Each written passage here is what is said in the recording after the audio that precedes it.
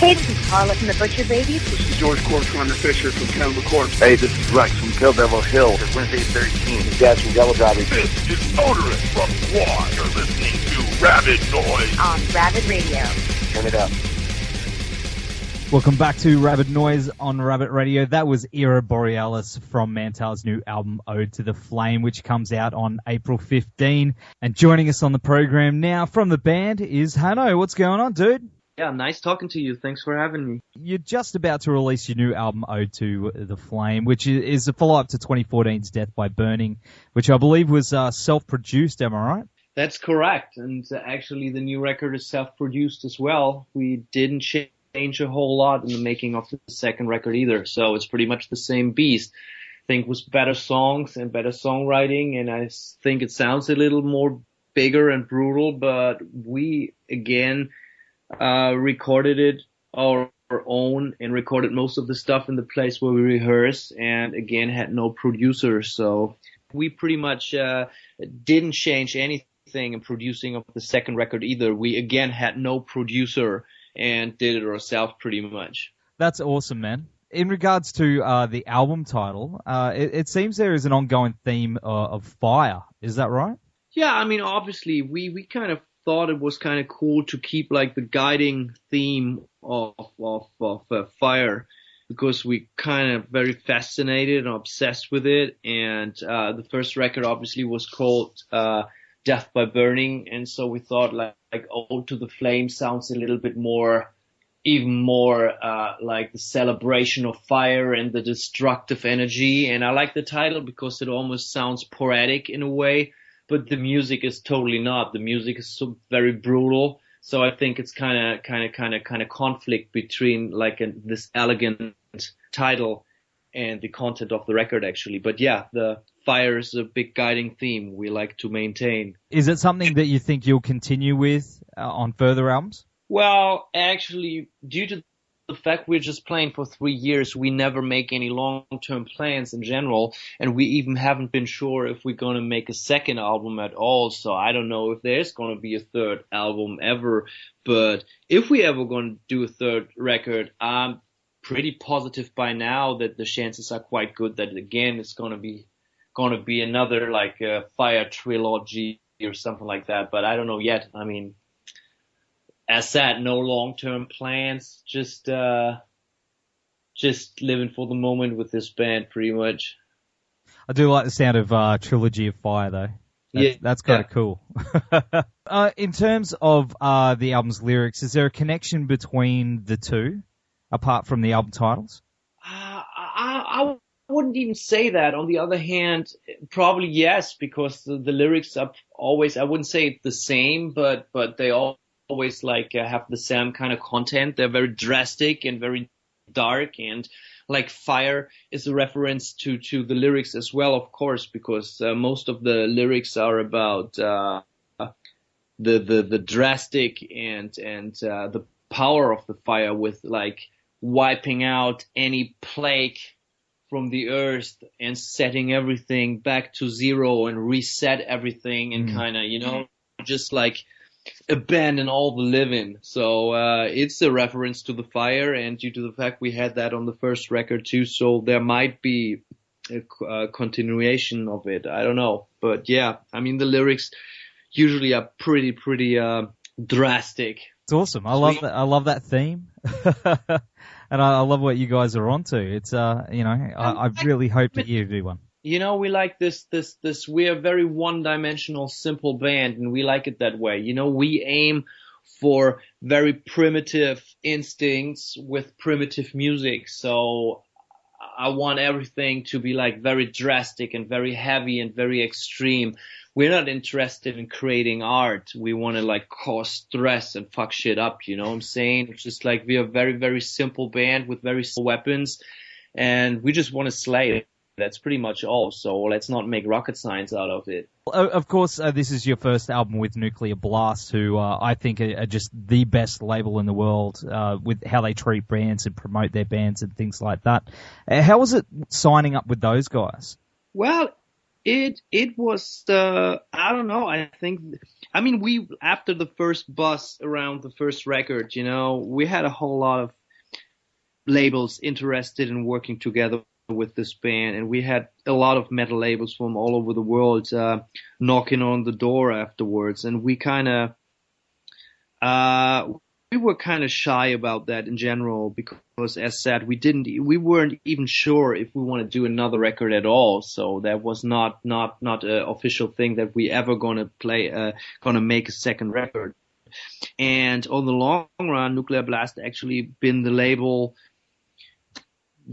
who seemed to be most interested and first of all accepted the band exactly the way it was, and they never tried to talk us into changing anything about the band or anything like that. They're just like they understood the mission and the concept of the band, so, and they leave us pretty much alone, and that's all I'm interested in. Of course, it's a big chance to get like a step towards a better distribution and stuff like that. So because we were receiving so many emails where people complaining why they can't buy our records or why shipping is so expensive. So I think that the step to Nuclear Blast was a smart move at this point, because first of all, they leave us alone and they just put the records in the store. That's all I'm interested in at this point. And they seem to be cool guys, just saying. They offered a very, very fair deal, by far the most fair deal of all the other labels, and I don't take that for granted in these days. So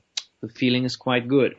Awesome, man. Of course, how's your personal life changed since signing to a major label in that sense? Is it, you're touring a lot more, has it become more of a job for you?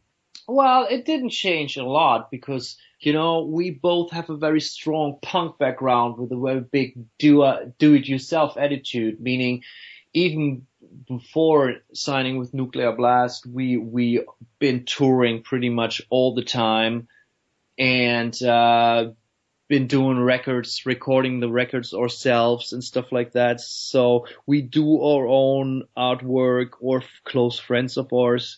So it not very much changed, actually. I think it's just a better label, which bigger possibilities and options for us. So, but the overall feeling for us as musicians didn't change. No, it's just like what's kind of new is like talking to magazines from all over the world. Like for example, now talking on a Thursday morning to a journalist from Australia. That is kind of new, and I'm very grateful for that, and I don't take that for granted. That's just kind of cool. But the amount of time we have to spend in the band is pretty much the same because we've always been very, very dedicated. Well, man, in regards to, you guys being a two-piece, there's not many bands out there that actually can pull that off and have such a huge sound. And you guys just nail it. Did you ever consider, though, adding more members, or was it just something that you guys ruled out from day one? On the one hand, it was never has been like some kind of dogma thing, having a two-piece band. To be honest, in the beginning, we just ended up being a two-piece band because no one wanted to join. We didn't just find in our circle of friends, we didn't find anyone who had time or was willing to join the band. So after the first couple of jams, we were pretty sure we can pull it off just with the two of us. But nowadays, we absolutely don't think about adding any more members because the energy and the connection between us as the two musicians, and we know each other for so many years, even though we just started this band, like a third member, no matter how he or she talented would be, I think they would just weaken the energy, because there's a very, very special energy between the both of us. And I don't think the powerful sound is not due to the amount of members. It's more due to a very special energy among the musicians. So no, we never thought about or think about adding someone to the lineup. I guess when it comes to touring, though, it'd make life a hell of a lot easier having just the two of you guys instead of a bunch of guys to look after. It's cheap. That's the main thing. So it's cheap. So we fly a whole lot, and it's cool. It has a way more advantages than disadvantages, actually. But what about when it comes to, you know, the merch and you know, roadies and stuff? Do you have a crew that you take with you in different cities and different countries and stuff? Sometimes we bring a merchandiser, and if we can afford it, we bring a sound guy, but quite often it's just the two of us, especially like in the US or when we fly to Russia or something like that, or if we ever come to Australia, which I totally hope, that would be like these kinds of things that we pretty much just doing with the two of us because it's just so much cheaper, you know. And it's nice to have a crew, but on the other hand, we are not a spoiled band. We're used to working a whole lot and doing things ourselves. So at the point we can afford it and it makes sense, or we even need it, we might think about having a constant, steady crew with us. But as for now, we just have to pull off as much as anyhow possible with just the two of us as band members and crew. Is that also a challenge in some way? Oh yeah, to do of that? course. I mean, you mean a challenge in a positive way? Both. I'd say both, man. You know, is it? I mean, it sucks. Don't get me wrong. I would love to have like people with us who take care and who drive the van and sell the merchandise. I mean, sometimes we have a merchandiser with us, but mainly like in Germany, you know, because we can't pay a crew at this point, you know. So and you don't always want to ask friends for favors and stuff like that. So, but of course it would be awesome. Yeah, because it sucks. It sucks driving the van and after that going on stage, and after being on stage selling the shirts and then loading up the van again yourself. Of course that sucks without a doubt, hands down. I hope that's going to change. But if it's not going to change, it is what it is. They're just going to suck it up. I mean, we're not used to any kind of luxury, never been, so we're not spoiled. Be nice to have some more time for some more beers, though, right? Yeah, actually, that's true. Well, in regards to touring, man, how far has Mantar taken you guys? You know, and is there anywhere in the world that you'd, you know, love to tour? We've been all over Europe a couple of times, and we even go to further European countries we haven't been to yet this summer. We play festivals in Eastern Europe but we've been around quite a lot. We pretty much just like when we formed this band, we started touring right away pretty much, and we got to the States very, very soon. We've been there already 3 times. And we're going to go back there for a 4th time after the summer. And of course, I really would like to go to South America and Japan and Australia, because these places are so far away that our only chance ever getting to this place is pretty much as this van. So I really hope it's going to work out one day, especially like Australia would be so cool, because that's so far away. That would be fun. I mean, this summer we go to Russia. I'm very curious about that. But, you know, Australia, for example, or Japan for us is even more exotic. Have you been here yourself, like outside of the band? As a private person to Australia, never. No. Well, gotta have to make it happen, brother. Yeah, I mean, just spread the word and help us. I mean, we're more than willing to come. Oh, man, I reckon just live, people would just flock to see you guys down here because they love that sound, and I think you guys have just got such a kick-ass energy live. Everything I've seen online has just been amazing. So, man, I'm totally up for it. So hopefully we can get that happening soon. We're game, absolutely. I mean, we're willing to come whenever it's getting started, so we're ready. Well, man, you can always crash here. I take your word for that. I remind you of that one. Beaches and stuff, yeah? Come down, have barbecue, have some beers. Exactly. You know, my girlfriend lives in Florida, so most of the time when we're not touring with a band, I live in Florida, so I love the beach and the palm trees and stuff like that. This is exactly where I belong. Awesome, man. Well, yeah, bring her over. Yeah, bring everyone. Yeah, will do. Awesome, man. Well, we're going to go to the track Praise the Plague now. Thanks for hanging tonight, dude. And, of course, as we were saying, hope to see you guys soon, and all the best for the rest of 2016.